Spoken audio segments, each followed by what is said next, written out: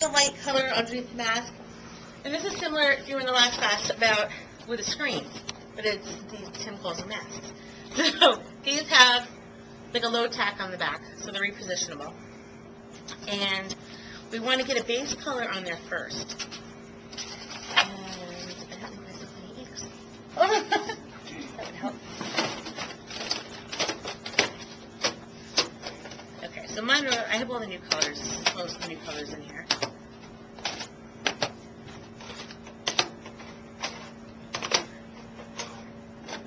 And just to give you an idea how they blend with water, this is what they're made to do. So I'm going to start with a few lighter colors in the background, and we're going to build it up by darker ones. Look at, yeah, okay. Thank you. Okay. All right, so I'll show you the beginning without it. This is the ink blending tool. It comes with the foam or felt. The felt is for alcohol inks, and this is for blending dye inks, or pigment inks works for me too. So what I usually do is get one color on one side, and then I'll flip it over and use a different color on the other side that's similar. Okay. Okay.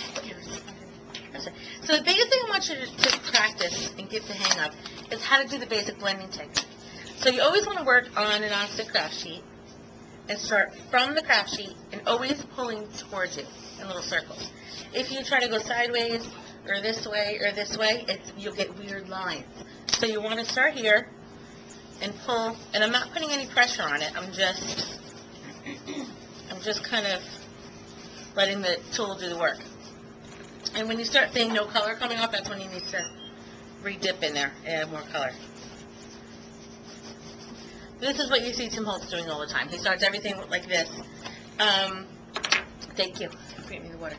Now, to do this quickly, because I'm impatient, when I work on watercolor paper, I can also do this on canvas.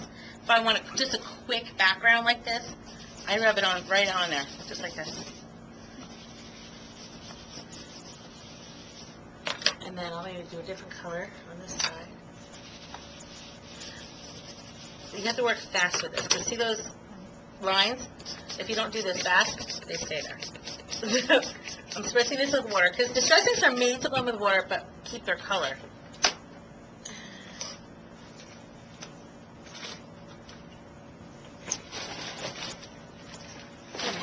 Using my foam. No, I didn't want to. Yeah, I can use that. I have another foam in the car.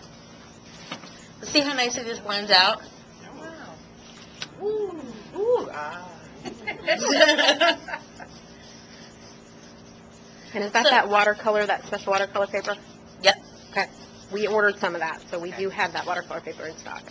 This works on canvas too, and it works on some cardstock. Some of them you have to just work much faster with. Like that, for instance. If you're working really fast, you can get this to work. Generally, the blending will work better on that. Just doing it dry like that. But this, if you have a nice paper that'll blend with, it'll work fast. So I would dry that with a heat gun. For quick sake here. We're going to go, this is our background here. And we're going to put a mask down.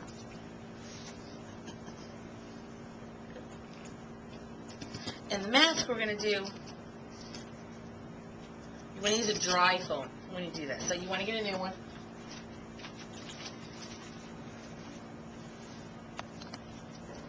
And let's go orange. There's some really nice colors.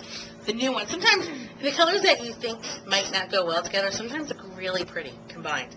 So for instance, I'm going wild honey over green. Just because I like it. Let's see how that works. So I'm going to go, when I do the mask, I generally do a little twisting motion. Because you don't want to do too hard like this, because the mask will peel up a little bit. So I'm going to kind of twist it. And I'm always going to work from the mask out. From the mask outside the paper. What? I should be filming this too. And then this color, like instead of it just looking like a floating clock, I'm going to work it around the edges so that it all kind of looks like it's part of the same project. You know what I mean? Unless you want the floating thing, that's a whole other technique. But now that's the idea. But now see, what's nice about these is that they're clear and you can see your progress as you're going. So if you want to add more ink to it, you can. You can even go in, say you really wanted to darken this up. You could go in with a really darker color and just add little, see what I'm doing in the corners here? Maybe around the edges. This just really adds a lot of depth to it. It doesn't look like much, but when I take it off, you'll see. And then the last step is while I have it, see how I have this stamped image here? I'm going to leave the mask on it. And then Over the mask. Over the mask. Wow, that is way out of my box. So I'm going to have, so this is a little one, but I'm you guys are funny. Never forget Indiana, right? No. So now, you see what I'm doing here? These are clay mounted stamps. You could technically put these on a block. I much prefer finger pressing these. Feeling And again, why? Because I can peek and see if I missed. Because they're flexible. So every time you ink these up, when you ink them up again, don't try to push them in here. Always tap, tap, tap. Because what happens, especially when using these are easy to get the edges of. And that's when you get your crummy stamped image. You'll get little edges, and then you'll be unhappy, and then it looks kind of weird. But, I mean, you can go over and keep So you're also adding stamping colors. with the distress ink. I am, sure. I know how to do that. I know how to do I can do that. I do that, too. I can do that. Not over my mask, though. But. No, but yeah, I've got regular stamps, yeah. So when you take that off, let's see all the depth I added, just that little bit, tiny bit of color there. The more you add layers to this, the prettier it's going to get. So see, I have my crackle stamp there. And then one more thing, and I'm going to go out and get, I have a stash of water spritzers in the car that I thought were in here, but they're not.